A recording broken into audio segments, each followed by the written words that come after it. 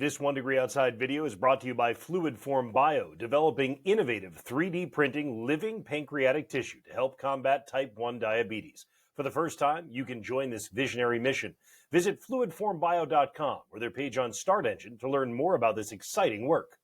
It's a Monday Insights. Looking out across the week, we've got a lot to talk about in terms of the weather here at the 1 Degree Outside Weather Network. I'm meteorologist Matt Noyes. Plenty blowing in the wind, and by that I mean both pollen and smoke, and we'll look at both coming up in this video. Recent rains are going to mitigate fire danger for us somewhat here, but there's strong late-week thunder that comes into play. We're thinking particularly northern New England, but everybody's got a chance here late in the week, and yet again, the question becomes how much of that could linger into Saturday. Doesn't look great right now, but it's not locked in. We'll take a look in just a moment.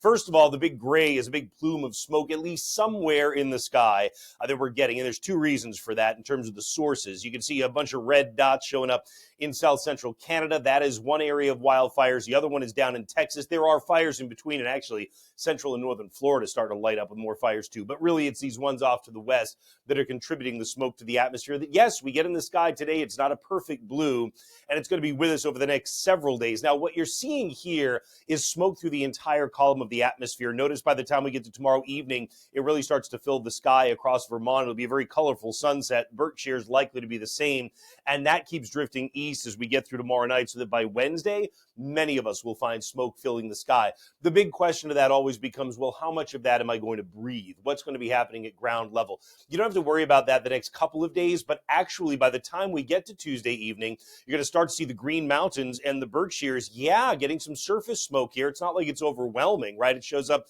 as light, but there may be a smell to the air. It will decrease the air quality. And yet again, as we get into Wednesday, some of that may drift out of upstate New York and into more of New England. By the way, before I go on, more of you are becoming members. We really appreciate it that hundreds of you have jumped on board. Membership.onedegreeoutside.com. Chances are good there's something for you here, so check it out if you love weather. You can gift it as well if you'd like to do that. Okay, let's go ahead and jump into what's been going on, because the last 7 days we picked up a ton of rain overall across a lot of the southern and eastern United States. Here at home, generally, it's been on the order, depending on where you are, between half an inch and 2 inches, with some locally higher amounts over the last 7 days. The reason I point that out, that's important regarding brush fire danger for us here at home. So while we might be talking about smoke that'll be blowing in, yes, we do get an elevated fire spread risk today and tomorrow. And if this was, let's say, a month ago, I'd be concerned about it. There were no leaves on the trees. Now, by having the leaves, all the rain that we've gotten recently is shaded, and that really does cut back on the fire risk for us overall here in New England. So not real worried about big fires taking off here at home. Instead, it's the pollen blowing through the air. Pine pollen, that yellow dust you're seeing everywhere right now, is going to continue to build through Thursday. Then if we can get some storms to come in, that may lower it a little bit, but it'll still be high all the way through the end of the week, into the weekend. This is going to be about a week and a half of pine pollen you got to get through. Meanwhile, there goes high pressure off the coastline tomorrow. The reason that's important, clockwise flow of air around it. You start bringing in that southwesterly wind. One thing I'll mention is, although the prevailing wind Tuesday, Wednesday, Thursday is going to be southwesterly to transport in warmth, there will be sea breezes because it's not a very strong wind. So anytime this time of the year, especially, the ocean is cool, you get a light wind, you're going to get sea breezes. Here comes that front on Thursday, and that's the one that we'll be watching here too as we get to the end of the week on Friday and into Saturday. So notice the high temperatures building tomorrow. Very nice overall, 70s to maybe low 80s, into the 80s, maybe a 90 here and there Wednesday. Thursday, even more in the way of some warmth and some humidity building, but here comes the front.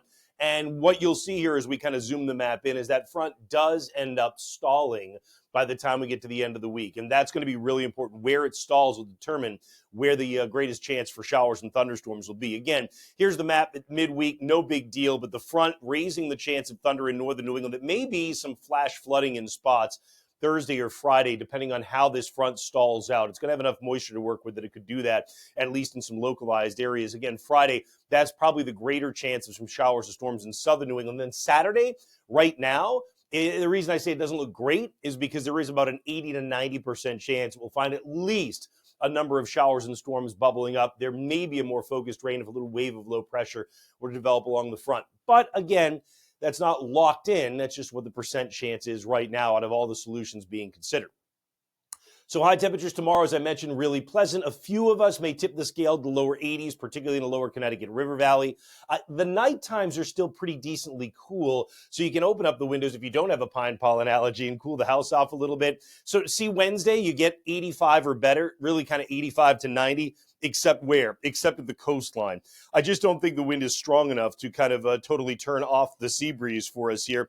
And by the time we get to Thursday, interesting, Boston about 90. I think that's a little overdone. In fact, I thought I had kind of corrected that back down into the 80s for Boston. It could happen. It's just the fact that, again, with a southwest wind at 7, chances are good once you start tipping the scale up toward the upper 80s, you're going to start turning a bit of a sea breeze. Even Friday, I think I corrected down to 79. I don't know why it didn't show up there for you, but nonetheless, the point there is you may start to turn a sea breeze on any of those days. So you can watch the temperature rise for exactly where you're going to be in New England by getting our app, the 1 Degree Outside weather app, on the App Store and Google Play. Thank you so much for turning to us for your weather insight, and we are going to continue to provide more of that. Today's a big day. Got pattern predictions looking out to the next 2 weeks, and we've got your monthly forecast for the start of June.